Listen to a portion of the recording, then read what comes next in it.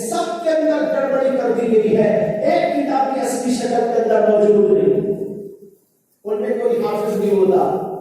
ساری دنیا میں چیلنج ہے، ساری دنیا میں آپ چیلنج کر کے دیکھ لو کہ عیسائیوں تم بائبل کو لیے پھرتے ہو، ایک حافظ بائبل کا دکھاؤ، پوری بائبل تو بڑی کتاب ہے، ہم کہتے ہیں انجیل کا حافظ بتاؤ، تورات کا حافظ بتاؤ، یہ کسی اور صحیفے کا حافظ بتاؤ۔ تورات بھی چھوٹی سی کتاب ہے، 5 جز کی کتاب، صرف 5 جز ہے اس میں، اور قرآن کریم کے اندر 30 جز ہے، اور انجیل تو ایک جز ہے، وہ صرف ایسا ہے جیسے کہ چھوٹے چھوٹے رسالے ہوتے ہیں، 20-25 صفحے کے رسالے۔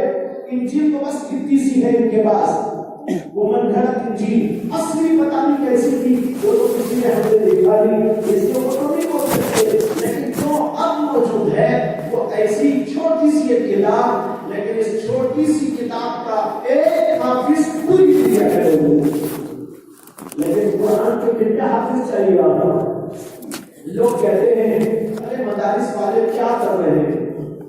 جناب عالی، مدارس والے آپ کے دین کو محفوظ رکھنے کے لیے ان بچوں کو حافظ بنا رہے ہیں، اور ان کے سینوں کو اللہ کے کلام سے معمور، اور ان کے سینوں کو اللہ کے کلام سے مزین کر رہے ہیں۔ یہ اتنا بڑا عظیم الشان کارنامہ ہے کہ اگر ہم کو غور و فکر کی کبھی صلاحیت مل جائے اور ہم غور و فکر کرنے کے عادی بن جائیں تو تب سمجھ میں آئے گا یہ اتنا بڑا عظیم الشان معجزہ ہے کہ اس معجزے میں آپ دیکھ سکتے ہیں کہ دنیا کے اندر قرآن محفوظ ہے، دین محفوظ چلا رہا ہے، ورنہ تو وہی حال ہوتا جو یہودیوں کا ہوا، جو انجیلیوں کا ہوا، یعنی عیسائیوں کا ہوا، ان کی کتابیں آج محفوظ نہیں، عدل بدل کر کے رکھنے والوں نے عدل بدل کر کے رکھ ڈالا۔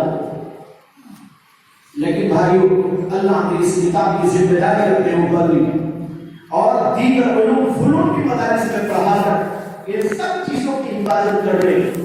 چھوٹے مدرسوں میں یہاں تک تعلیم ہو رہی ہے ناصرہ قرآن، یعنی دیکھ کر قرآن پڑھو اور پھر اس کے بعد حافظ قرآن پڑھو، اور بڑے مدارس کے اندر تفسیر پڑھائی جا رہی ہے، حدیث پڑھائی جا رہی ہے، اس کے علوم و فنون پڑھائے جا رہے ہیں، اور اس سب چیزوں کو محفوظ کیا جا رہا ہے اور اس کے اوپر ریسرچ کیا جا رہا ہے، تحقیق کی جا رہی ہے، بڑے بڑے عالم، بڑے بڑے مفتی تیار ہو رہے ہیں، اور پوری دنیا کے اندر دین کا بول بالا ہے۔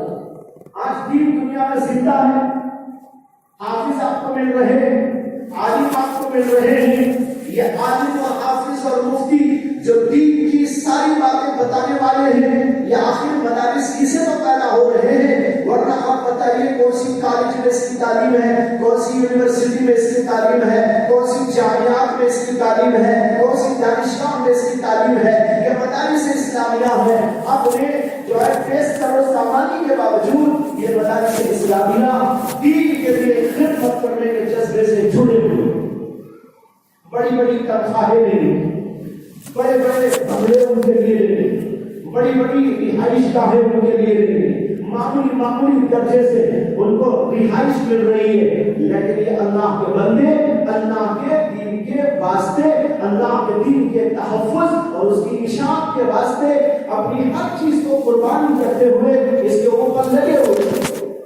ورنہ یہ علماء بھی چاہے وہ بھی کمانے جا سکتے ہیں، یہ نہیں کہ ان کو کمانے نہیں آتا، یہ نہیں کہ ان کو کچھ اور کرنے نہیں آتا، بلکہ میں تو کہتا ہوں اگر یہ علماء میدان میں اتر جائیں گے تو دوسرے لوگ پیچھے ہو جائیں گے، دوسرے لوگ پیچھے ہو جائیں گے، یہ آگے بڑھ کے چلے جائیں گے۔ یہی اچھا سمجھیے آپ کہ وہ اس میں لگے ہوئے، آپ کو شکر گزار ہونا چاہیے کہ بھائی یہ علماء اس کام میں لگے ہوئے ہیں، ہمارے میدان میں نہیں کود رہے، اگر ہمارے میدان میں علماء کود جائیں گے تو ہم کو پیچھے چھوڑ دیں گے اور یہ آگے بڑھ جائیں گے، لیکن اس کا نتیجہ ہوگا کوئی عالم آپ کو نہ ملے گا، کوئی حافظ آپ کو نہ ملے گا، کوئی مدرسہ آپ کو نہ ملے گا، کوئی قاری نہ ملے گا، کوئی خطیب نہ ملے گا، اور کوئی تراویح سنانے کے لیے آپ کو حافظ نہ ملے گا، کوئی امام رکھنے کے لیے عالم دین نہ ملے گا۔ نتیجہ ہوگا کہ وہ سب کے سب اس میدان میں کود جائیں گے اور یہ سارے کا سارا میدان صاف ہو جائے گا۔ اس کے لیے یہ علماء لگے ہوئے ہیں، نہیں ہمیں دنیا نہیں چاہیے، بقدر ضرورت جو ملے اسی کے اوپر ہم گزارا کرتے ہیں، معمولی انداز سے ہم رہ جاتے ہیں، لیکن اللہ کے دین کو زندہ رکھنا، اللہ کے دین کی اشاعت کرنا، اللہ کے دین کی حفاظت کرنا، یہ ہمارا کام ہے، اس لیے ہم اس کام کو کرتے رہے۔ اس لیے ہمیں اور آپ کو اس بات کی ضرورت ہے کہ مدارس سے وابستہ ہوں، مدارس کے پیغام کو دیکھیں، مدارس میں کیا تعلیم ہو رہی ہے اس کو دیکھیں، اور خود بھی اس کے اندر لگے اور کچھ اپنے لیے بھی تیار رہے۔ قرآن میں اللہ نے فرمایا یا ایھا الذین آمنوا، اے ایمان والو، اللہ تعالیٰ کہتے ہیں اے ایمان والو، قوا انفسکم واہلیکم نار، اپنے آپ کو اور اپنے اہل و عیال کو دوزخ کی آگ سے بچا لو۔ دوزخ کی آگ سے بچانے کا کیا مطلب ہے؟ حضرت علی کرم اللہ تعالی وجہہ سے پوچھنے والے نے پوچھا کہ اللہ کہتے ہیں دوزخ کی آگ سے خود کو بچا لیں، بچوں کو بچا لیں، اہل و عیال کو بچا لیں، یہ ہم کیسے بچائیں؟ حضرت علی کرم اللہ تعالی وجہہ نے فرمایا اللہ کا منشا یہ ہے کہ قرآن اور حدیث اور دین کی تعلیم حاصل کرو، خود بھی حاصل کرو اور اپنے بچوں کو بھی تعلیم سے آراستہ پیراستہ کرو، یہی ایک سبیل ہے جس سے کہ آپ جنت میں جائیں گے اور دوزخ سے بچ جائیں گے۔ چنانچہ حدیث میں آتا ہے اللہ کے نبی علیہ الصلوۃ والسلام نے فرمایا من سلک طریقا یلتمس فیہ علما سہل اللہ لہ طریقا الی الجنہ، جو آدمی ایسے راستے پر چلے جس میں اس کا مقصد یہ ہو کہ وہ علم حاصل کرے، علم حاصل کرنے کے لیے ایک راستے پہ چل پڑا ہے، جیسے مدرسے میں آگے چل پڑا، مدرسے کے راستے پہ چل پڑا، دین کا علم حاصل کرنے کے لیے چل پڑا، اللہ کے نبی کہتے ہیں سہل اللہ لہ طریقا الی الجنہ، اللہ اس کے لیے جنت کے راستے کو آسان بنا دیتے ہیں۔ اب وہ جنت میں جانا چاہے تو آسانی کے ساتھ جنت میں جائے گا، اس لیے کہ قرآن و حدیث نے اس کو بتا دیا ہے کہ جنت میں جانے کا راستہ کیا ہے۔ مال نہیں ہے، جائیداد نہیں ہے، تجارت نہیں ہے، منڈیاں نہیں ہے، مال پیسہ نہیں ہے، اور دنیا کی یہ چیزیں نہیں ہے، آسائش و آرائش کے اسباب نہیں ہے، یہ چیزیں نہیں ہیں جس کو حاصل کرنے سے انسان جنت میں چلا جائے گا، بلکہ قرآن و حدیث نے اس کو بتایا تمہارے عقائد درست کرو اور تمہارے اعمال کو درست کرو، تمہاری عبادتوں کو درست کرو، تمہاری معاشرت کو درست کرو، تمہارے اخلاق کو درست کرو، تمہارے انداز زندگی کو اللہ اور اللہ کے رسول کے مطابق ڈھال لو، تب جا کر تمہارے لیے جنت کا راستہ آسان ہوگا۔ یہ پورا راستہ قرآن اور حدیث نے ہم کو بتایا۔ معلوم ہوا ہر مسلمان پر ضروری ہے وہ علم دین کا اتنا حصہ حاصل کرے جس سے کہ وہ جنت میں جانے کے قابل بن جائے۔ عقیدہ اس کا درست ہونا چاہیے۔ بہت سارے لوگوں کو پتہ ہی نہیں کہ عقیدہ کیا ہے۔ ہم اللہ کے بارے میں کیا عقیدہ رکھیں، رسول کے بارے میں کیا عقیدہ رکھیں، اور پیغمبروں کے بارے میں کیا عقیدہ رکھیں، اللہ کی کتابوں کے بارے میں کیا عقیدہ رکھیں، اس دنیا کے بارے میں کیا عقیدہ رکھیں، آخرت کے بارے میں کیا عقیدہ رکھیں، یہ ہم لوگوں کو عقیدہ سکھایا گیا ہے۔ جب تک عقیدہ درست نہ ہوگا ایمان درست نہیں ہوگا، اور جب تک ایمان درست نہ ہوگا اس وقت تک نجات کی کوئی سبیل نہیں بن سکتی۔ لیکن آج ایسا دور آ گیا ہے کہ بہت سارے پڑھے لکھے لوگ دین اسلام کی بنیادی چیزوں کے اندر، عقیدوں کے اندر، ایمانیات کے اندر شک اور شبہ میں گرفتار ہو گئے۔ وہ کہتا ہے کہ بھئی اس زمانے میں سود حرام ہے، یہ بات کیسے چل سکتی؟ اس زمانے کے اندر سود کو حرام قرار دیں گے تو مسلمانوں کو ترقی کیسے ہوگی؟ اس لیے سود کے حرام ہونے کے مسئلے کو علماء اٹھا دے، اب سب کو جائز کر دے، کہاں کا حلال کہاں کا حرام، یہ حلال و حرام کی تمیز اٹھائیں گے تبھی ہم کو ترقی ملے گی۔ اس سے معلوم ہوتا ہے کہ اس کا عقیدہ درست نہیں ہوا، اب تک اس نے یہ نہیں سمجھا کہ دین پر چلنے میں میری نجات ہے اور دین پر چلنے میں دنیا میں مجھے راحت ہے، دین ہی سے مجھے دنیا اور آخرت کی بھلائی مل سکتی ہے، یہ اس آدمی نے سمجھا نہیں۔ اشکال ہوتا رہتا ہے کہ بھائی امریکہ والے ترقی کر رہے ہیں، لندن اور جرمنی والے ترقی کر رہے ہیں، کیسا ترقی کر رہے ہیں؟ ان کا سود حلال ہے، سود کی وجہ سے ہر آدمی کے پاس گاڑی، ہر آدمی کے پاس بنگلہ، ہر آدمی کے پاس میں تجارت، ہر آدمی کے پاس میں اونچے مناصب، یہ سب ہو گئے، لیکن ہمارے یہاں حرام حرام حرام بول بول کر ہم کو پیچھے کر دیا گیا۔ لیکن یاد رکھو ان کی ترقی میں اور ہمارے ایسے رہنے میں سمجھنا یہ چاہیے کہ عافیت اسی میں ہے کہ ہم ایسے ہی رہیں۔ اس کی مثال ایسی ہے جیسے ایک آدمی ایک بیماری میں مبتلا ہوا اور اس کا جسم پھولنے لگا، دانت موٹے ہو گئے، جسم بھی بھاری اور موٹا ہونے لگا۔ وہ آئینے میں کھڑا ہو کر اپنے آپ کو دیکھنے لگا اور کہنے لگا ماشاءاللہ میں تو موٹا ہو رہا ہوں۔ کیا ہو رہا ہوں؟ موٹا ہو رہا ہوں۔ اب تک تو بڑا دبلا پتلا تھا، اب دیکھیے ماشاءاللہ کیسی میری باڈی ہو گئی ہے، اب تو میں باڈی بلڈر ہونے لگا۔ لیکن اس بیچارے کو یہ خبر نہیں کہ جسم کا پھولنا چند دن تو پھولے گا اور چلتے چلتے پھٹ بھی جائے گا۔ یہ ڈینجرس چیز ہے، یہ بدن کا پھولنا، ورم کا آ جانا، سوجن کا پیدا ہو جانا، یہ کوئی اچھی بات نہیں ہے۔ بالکل اسی طریقے پر یہ امریکہ والے، لندن والے، جرمن والے یوں پھول کے جا رہے ہیں، لیکن قیامت سے پہلے اللہ ان کو پھاڑ دے گا۔ اگر قیامت میں نہیں تو قیامت سے پہلے نہیں تو قیامت میں تو سب کو نظر آ جائے گا کہ یہ پھولنا کسی کام کا نہیں۔ اس کے بجائے ایک آدمی پھولا کچھ نہیں، معمولی ہے۔ اب بتاؤ کہ یہ اچھا ہے کہ وہ اچھا ہے؟ یہی اچھا ہے کہ نہ پھولے۔ اللہ نے ہم سب لوگوں کو اسی طرح رکھا، یہی ہمارے لیے عافیت ہے۔ ان کے سود کو دیکھ کر، سودی بلڈنگوں کو دیکھ کر، سودی راحتوں کو دیکھ کر، سودی چیزوں کو دیکھ کر ہم یہ نہ سمجھے کہ بھائی ہم پست ہیں، وہ بڑھتے جا رہے ہیں، وہ تو بڑھتے جا رہے ہیں، ایک دن ایسا آئے گا کہ پھٹ بھی جائے گا۔ اسی لیے قرآن کریم نے کہا یمحق اللہ الربا ویربی الصدقات۔ اللہ تبارک و تعالیٰ سود کو گھٹاتے اور صدقات کو بڑھاتے، یہ اللہ کا قرآن کے اندر وعدہ ہے۔ تو بتایا جا تھا کہ دین کے بارے میں شک نہ ہو، دین کے بارے میں یقین کامل ہو، اور ہم یہ سمجھیں کہ ہماری دینی اور اخروی دونوں جگہ کی فلاح و صلاح اسی دین کے اندر رکھی ہوئی ہے۔ اللہ کے نبی علیہ السلام یہ دین لے کر دنیا میں تشریف لائے اور دنیا والوں کو یہی بتا کے گئے بھائی کھانے والے یہ کھاتے رہیں گے، پینے والے پیتے رہیں گے، پڑھنے والے پڑھتے رہیں گے، لیکن تمہیں تو اللہ کی رضا کے لیے کام کرنا، اور اسی سے تمہاری دنیا کے اندر بھی سکون ملے گا، آخرت کے اندر بھی سکون ملے گا۔ اللہ نے قرآن میں فرمایا الا بذکر اللہ تطمئن القلوب، الا بذکر اللہ تطمئن القلوب۔ اس کے اندر دیکھیے پہلے لفظ آیا ہے الا، اور الا کے معنی آتے ہیں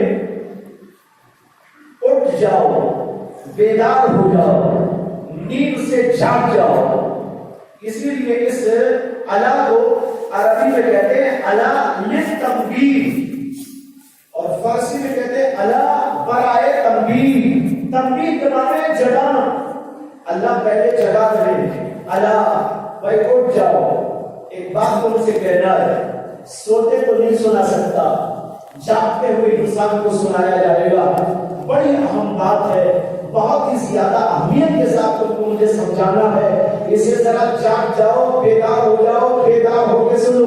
اللہ نے اللہ تنبیہ کے لیے پہلے کہہ دیا، اور اس کے بعد نے کہا بذکر اللہ تطمئن القلوب، اللہ ہی کے ذکر میں اطمینان قلب رکھا ہوا ہے۔ بذکر اللہ تطمئن القلوب، اللہ ہی کے ذکر میں لوگوں کے دلوں کا سکون و قرار رکھا ہوا ہے۔ ذکر کے معنی ہے اللہ کا دین و شریعت، اس میں قرآن بھی ہے، حدیث بھی ہے، اس کے احکام بھی ہیں۔ جو آدمی اللہ کے احکام پر، دین و شریعت پر چلے گا، اللہ کہتے ہیں اسی کے اندر میں نے اس کے لیے راحت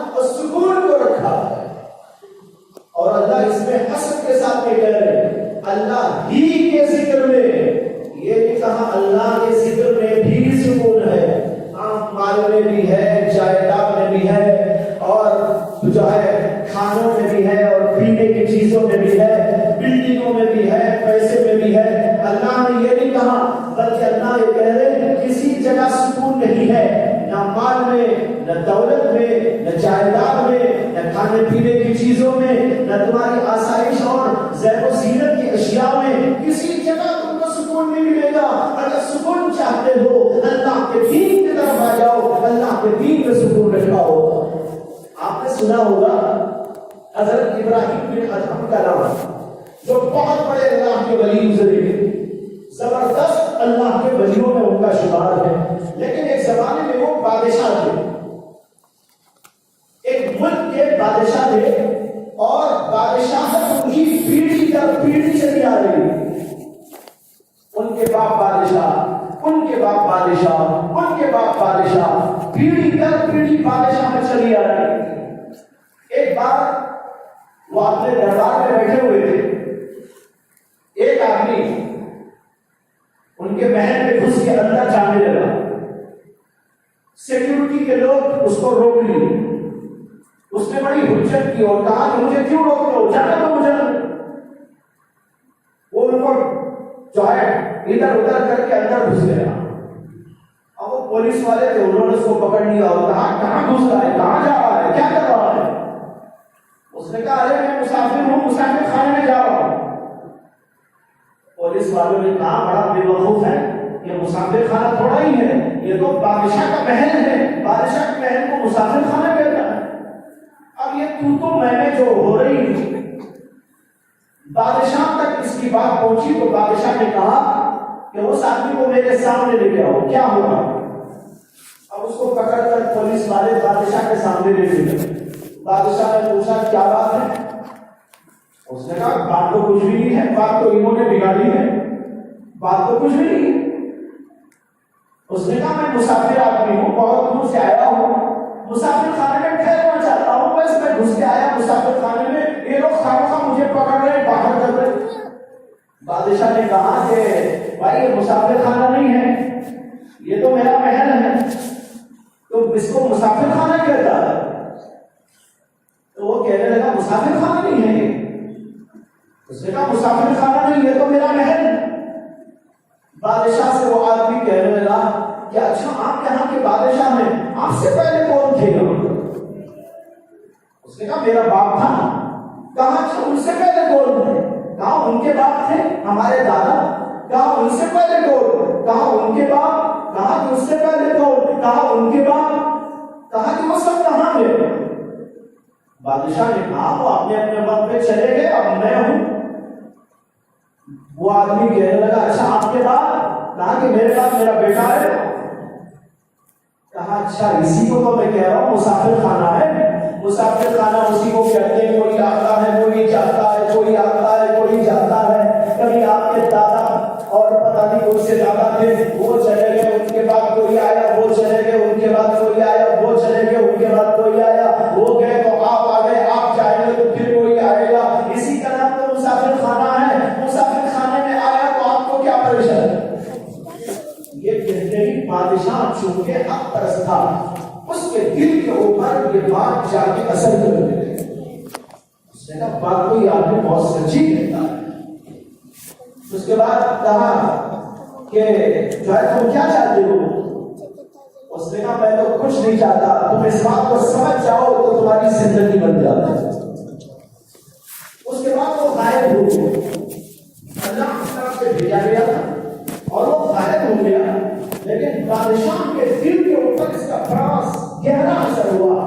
بادشاہ سوچتا رہا رات بھر کہ کتنی عجیب بات اس نے کہی، یہ مسافر خانہ ہے، مسافر خانے میں ہم زندگی کر رہے ہیں، آج میں ہوں، کل کوئی اور، پھر کوئی اور، پہلے بھی کوئی تھے، وہ چلے گئے تو میں آیا۔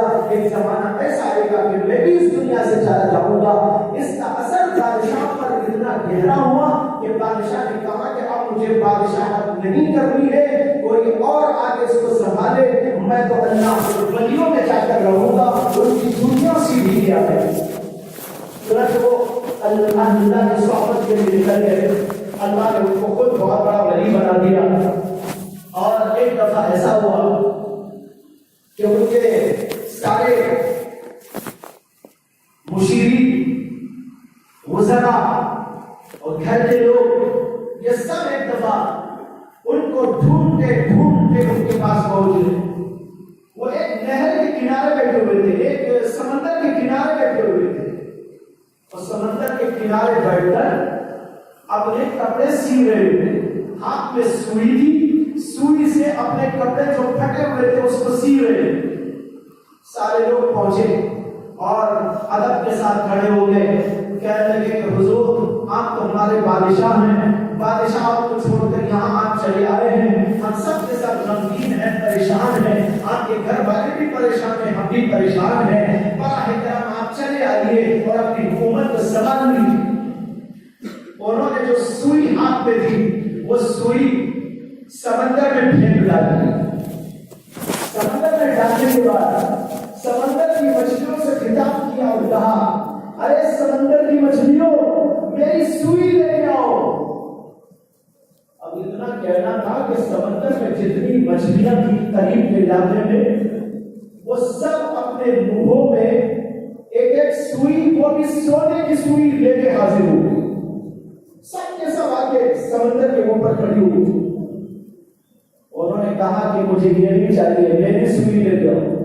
یہ سونے کی سوئی کو میں استعمال نہیں کر سکتا، سونے کا استعمال حرام ہے، ناجائز ہے، میں تو اس کو استعمال نہیں کر سکتا، میری سوئی لے جاؤ۔ ایک مچھلی نے وہ سوئی لا کر دے دی۔ انہوں نے آنے والوں سے کہا، بات یہ بتاؤ کہ تمہاری حکومت اچھی ہے کہ ان کے اوپر میری حکومت اچھی ہے؟ بھائیو، یہ ہدایت دی، یہ ہدایت دی پر چلنے والے کا حال کہ اللہ اس کو سکون دیتا ہے، اس کو دولت میں، مال میں نہیں، اس کو اللہ کے نام میں سکون ملتا ہے، اسے قرآن پڑھنے میں سکون ملتا ہے، اس کو نماز پڑھنے میں سکون ملتا ہے، دین پر چلنے میں سکون ملتا ہے۔ اور واقعی اللہ نے سکون اسی کے اندر رکھا۔ اور دنیا والوں کو دیکھو، مال پیسہ تو ان کے پاس میں ہے، آ رہا ہے، آ رہا ہے، جتنا پیسہ آ رہا ہے ان کا سکون اتنا ہی زیادہ۔ ہم نے دیکھا ہے بڑے بڑے مالداروں کو، کروڑ پتی اور پتی، لیکن اس کے باوجود رات بھر اپنے پیٹ کے اوپر پلٹیاں کھاتے رہتے ہیں، عدل بدل ہوتے رہتے ہیں، نیند ان کو نہیں آتی، دوا کھاتے ہیں کہ نیند آ جائے، تب بھی ان کے لیے نیند آتا۔ لیکن ایک اللہ کا بندہ ہو کہ نماز پڑھتا ہے، روزہ رکھتا ہے، ذکر کرتا ہے، تلاوت کرتا ہے، حلال کا پانی کھاتا ہے، تو اللہ ہمیں اس کے اوپر گزارا کرتا ہے۔ اگر اللہ زیادہ دیتے ہیں تو زیادہ لے کر بھی دین پر چلتا ہے، اگر اللہ تھوڑا دے تو تھوڑا لے کر بھی دین پہ چلتا ہے۔ لیکن جب دین پر چلتا ہے تو اسے اللہ اتنا سکون عطا کرتے ہیں کہ بیڈ پر جانے سے پہلے ہی نیند اسے بیڈ پہ جانے کی دعوت دیتی ہے کہ جناب چلیے سو جائیے، چلیے سو جائیے۔ یہ وہ ہوتا ہے، نیند آتی نہیں، یہ بیڈ پہ جا کے پڑے پڑے ادھر سے ادھر ہوتا رہتا ہے، نیند آ جائے، نیند آ جائے، نیند آ جائے، تب بھی نہیں آتی۔ یہ وہ آدمی ہے کہ پہلے ہی اللہ اسے نیند بھیج دیتے ہیں، بیڈ پہ بعد میں تشریف لے جاتا ہے۔ بھائیوں، بڑا فرق ہے اس میں جو اللہ کے دین پہ چلتا ہے اور اس آدمی میں جو اللہ کے دین کو چھوڑا دیتا ہے۔ اللہ کے دین کو پکڑ کے دیکھو، اس کے اندر واقعی راحت اور اس کے اندر واقعی سکون ہے۔ اور اس کی اصل وجہ یہ ہے کہ دین پر چلنے سے انسان کی روح کو ترقی ملتی ہے، انسان کی روح کو زندگی ملتی ہے۔ اگر انسان دین چھوڑ دے، اللہ کو بھول جائے، اللہ کے دین کو بھول جائے، تو اس کی موت تاری ہو جاتی ہے، روح کی موت۔ ایک واقعہ سن لیجیے،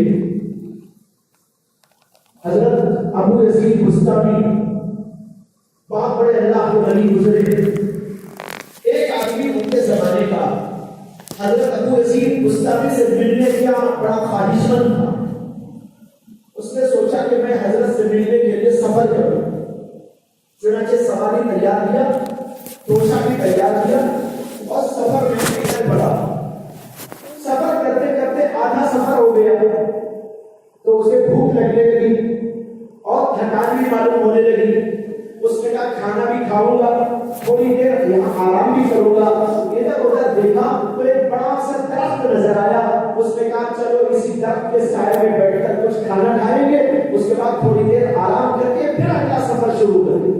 چنانچہ کھانا کھایا، کھانا کھانے کے بعد لیٹ گیا۔ لیٹ کر جو اوپر دیکھا تو دو چڑیاں بیٹھی ہوئی تھی، اور یہ آدمی چڑیوں کی زبان سے واقف تھا۔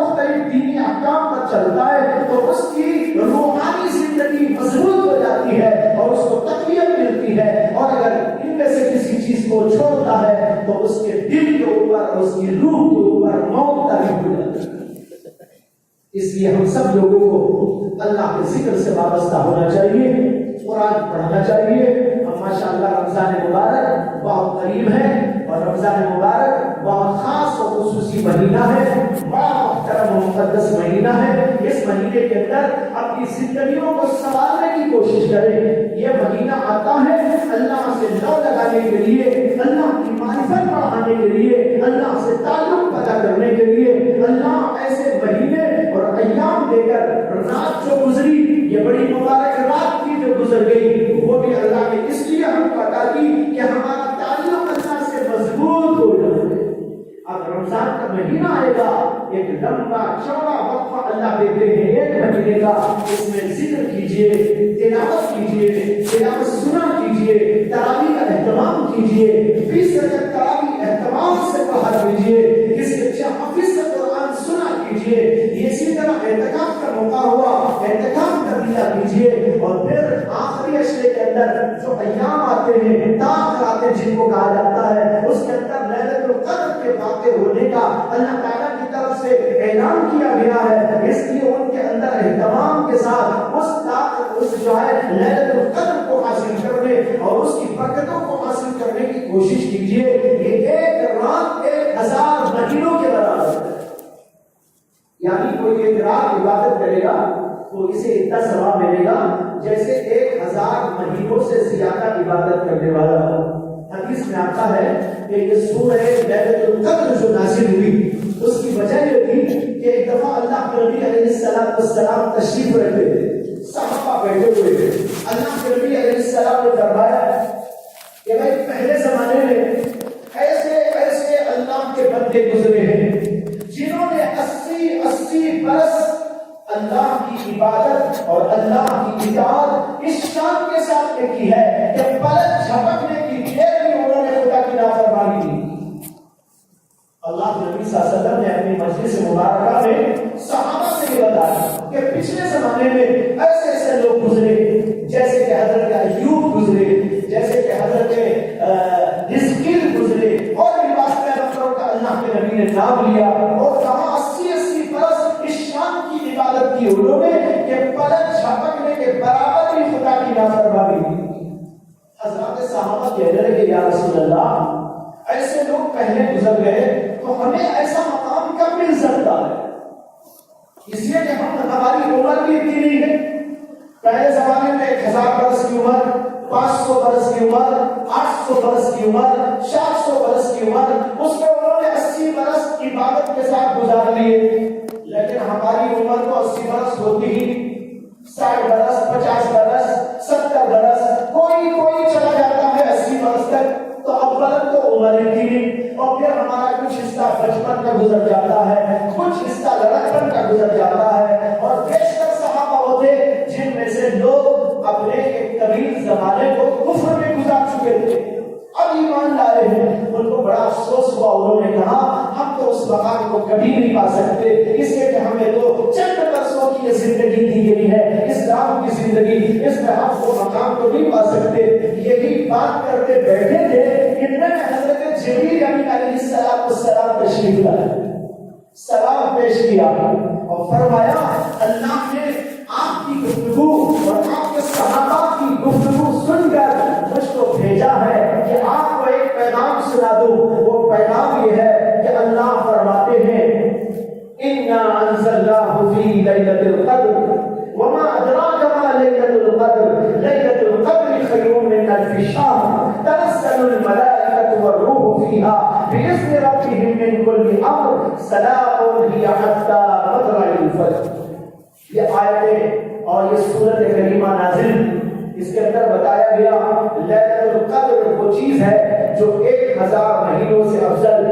اللہ کے رسول کو بتایا گیا کہ جو آپ کے صحابہ میں, جو آپ کی امتیوں میں سے کوئی بھی آدمی لیلۃ القدر کو پا کر اس میں عبادت کرے گا, ایک رات کی عبادت 80 برس عبادت سے بڑھ جائے گی. تبدیل کریں گے نہ مہینوں میں، سالوں میں. 1000 مہینوں کو تبدیل کریں آپ سالوں میں تو وہ ہوتے ہیں 80 پر 4 برس اور کچھ مہینے، 84 برس اور کچھ مہینے. یعنی ایک رات کی عبادت کا ثواب 84 برس سے زیادہ ملے گا. یہ اللہ نے نازل کر کے صحابہ کو تسلی دے دی کہ ہمارے لیے یہ لیلۃ القدر ہے. کتنی مبارک رات ہم کو عطا کی جائے اور ہم غفلت کی زندگی گزارے یا گناہ کی زندگی گزارے یا ادھر ادھر گپ شپ کرتے گزار دیں، بازاروں میں چل کر پھر کر خریدی کرتے ہوئے گزار ڈالیں. اس قدر محرومی کی بات ہے. اللہ کے نبی نے فرمایا جو لیلۃ القدر سے محروم ہو گیا وہ واقعی محروم ہے، اس سے بڑا کوئی محروم نہیں. اس لیے بھائیوں یہ سب دولتیں اللہ رمضان میں عطا کرنے والے ہیں.